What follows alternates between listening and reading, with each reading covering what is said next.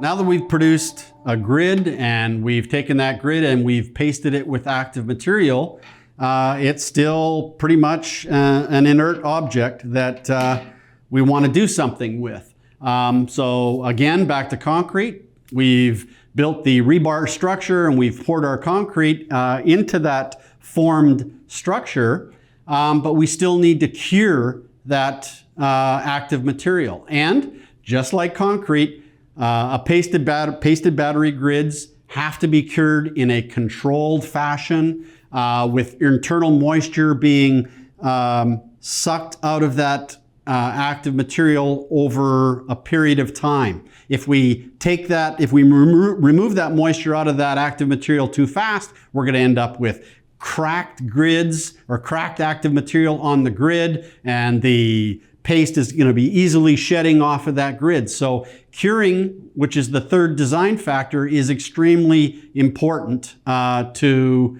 how a battery is going to perform and live over time. If we cure it too fast, just like concrete, you're going to have cracks. If we cure it too slow, then the economics in the battery production facility aren't going to be very good.